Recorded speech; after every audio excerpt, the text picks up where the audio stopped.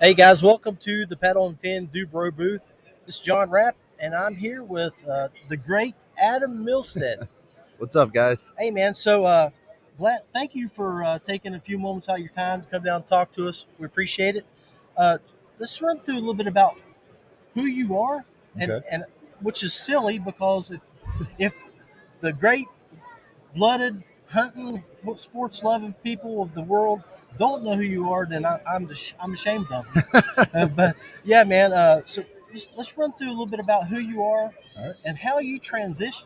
Okay. I know. I mean, you're not done Right. as we talked about yesterday, hmm but how you've transitioned and moved from one sport to another. Yeah, this is so for those of you who don't know, my name's Adam Milstead. I used to fight professionally as a UFC fighter, well, mixed martial artist, but I was contracted through the UFC for about the last 3 years of my career.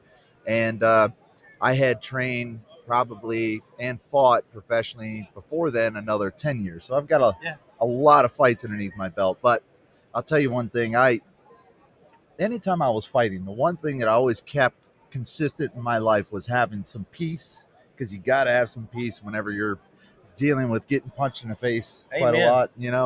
Amen. So one of those things was going out and fish, and really got into kayak fishing, really started doing that. And then a friend of mine really turned me on to like competitive kayak fishing. I was like, I didn't even know that was a thing. So I was like, heck, let's try it out. And I tried a few, I loved it. But long story short, 2018, my career came to an end. Wasn't really due to an injury, but it was just due to the simple fact that it's a tough business. I mean, Right. you're getting punched in the face. It's that sucks. By big, strong, healthy people. Yes, right. Yeah, and Yeah. I was starting to get on the wrong side of 30 then, and I was like, you know what? I'm not making a ton of money at it. Let's put it down. Let's relax a little bit and try to enjoy the rest of my life, without going to surgeries and stuff like that. So, Healing, anyways, healing bruises that take 2 or 3 weeks to heal. absolutely. Well, I was telling you, my last fight, even though technically I didn't get injured, I went in for a CAT scan because it's just like a normal thing Yeah. UFC does. They took me in, and they found I had a lacerated liver, and it was just like that was a nail in a coffin for me. I was like, I'm all right. I'm absolutely positive this is my last fight because it's just a pain in the butt. Yeah. But lo and behold, I got out of it, and I said, you know what? Let's try this kayak fishing stuff. I love it. I used to fish since I was like 4 years old. I grew up on the Chesapeake Bay, and I was fishing for striper, I was fishing for flounder, sea trout, all that stuff. And then I really started liking bass fishing because there was something different than just going out and throwing some squid or bloodworm on the bottom, Yeah. and I like that. It's like you can utilize different colors and different patterns and all this and try to entice the fish to hit with, during this weather condition. It was interesting. So do you feel like that the time, the training, and the preparation from the old sport, from the time, the preparation, and everything that you have to do to be competitive in kayak fishing, does it help you because of the Absolutely. discipline? Absolutely. I will say, especially in mixed martial arts, like you have to be patient, and it can be at being patient for your shot. Like in the cage when you're fighting somebody, you got to be patient. You got to just kind of roll with the punches, so to speak, and find your shot and being able to tag your opponent. Then it gets a little bit more into it, like waiting for your shot for the big time. That was the hardest thing for me. Was when I was going through everything, I knew I could be in the UFC, but it obviously took somebody else beyond who you are to give you that opportunity. And finally, Joe Silva ended up hitting me up one day, and we signed a contract at UFC. It was one of the best days of my life. Amen. Yeah, it And had to be. but again, being patient, because I'll tell you something. There were quite a few times during that time period before the UFC where I said, "This is it. I'm done. I'm done," because I had just gone through another knee surgery, and I could have I could have laid down. I could have just walked away, but for some unknown reason, it still felt like I had an opportunity. I was like, man, let me just keep trying, keep trying, keep trying, and sure enough, it happens. And so that mentality being pushed over into fishing has helped me a ton I mean, you're talking about just going hours and hours without a bite and trying to figure out, man, I could just quit, I could just stop, but then you keep pushing, and all of a sudden, fish turn on, or you find the right pattern, or whatever it may be. And it's all that kind of builds together. Yeah. Like everything you do in life is a training session. You have to look at that. Whatever it is that you want to get into next, just utilize what you learn from there. Try to make as little less mistakes. And I could see that because, in your profession, you're taking absorbing shots because you're trying to set him up for what you've seen and studied on film, right, so you can wait for him to do that one thing, drop a shoulder, drop a guard, so you can knock his ass out. right. So in the same way here, when you transition that over into the bass world, now you're studying techniques, watching guys learning how to read sonar, Yeah.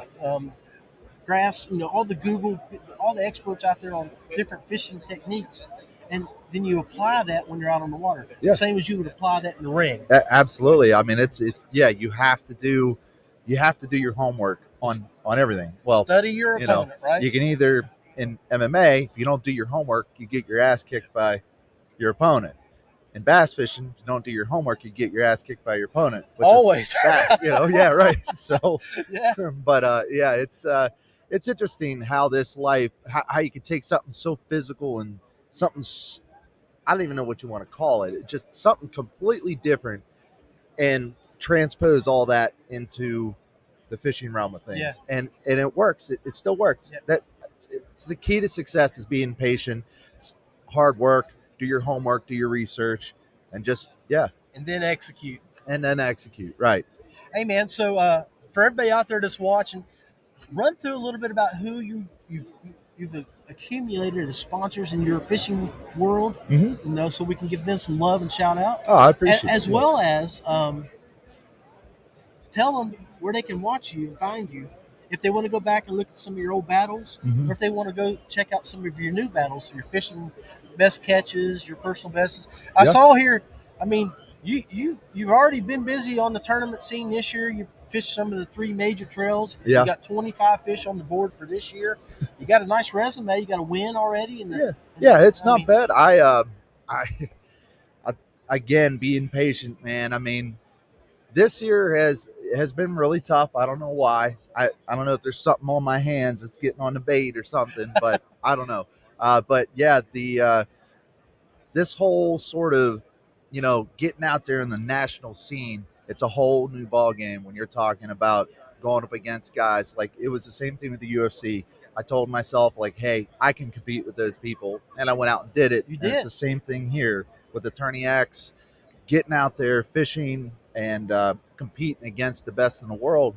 And it's at times it's a humbling experience, but it's still awesome. And then, of course, it feels great whenever you get your win or you get your top 10, top 3. But that's always my goal. Is if there's 100 folks in the fishing industry, I want to be in the top 15, top 20. Yeah. Because if I'm in the top 10 and I collect a check, hey, awesome. Yeah. But I'd like to go home thinking I can compete with the top 20. Absolutely. But hey, guys, light heavyweight for about 6 years undefeated. Go back and take a look at him. He was a monster, and he still is.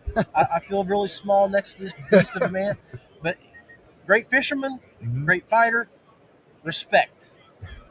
Thank you. Hey, your socials, man. Yeah. You guys can follow me at Adam Milstead on Instagram, Facebook. You can follow me at Straight Yak. That's my complete all kayak fishing channel on YouTube, Instagram, Facebook. Want to give a big shout out to Native Watercraft. I'm here with them here today. We'll be in the booth. You guys want to come out and check out the brand new Native Titan X. And then, of course, Boss Bass Rods, 412 Baits, Scared Fishless Baits. Yeah, 412. Yep, Fishing Online. And then Big John.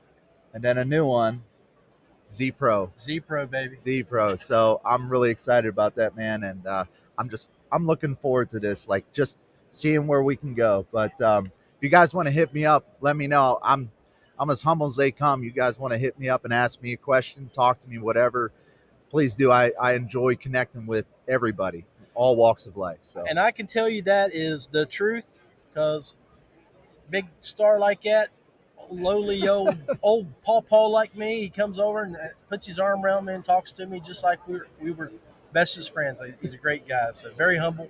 I'm going to really enjoy getting to know you yeah, and just fishing with you. Only 3 hours apart, so awesome, man. Enjoy your new digs up in the new part of the world that you're at. I yeah. wish you nothing but success. Thank you very much. All right, this is John Rapp from the Paddle and Fin Podcast Network with my boy Adam. We are out of here. Be blessed, stay safe, and always wear your PFD.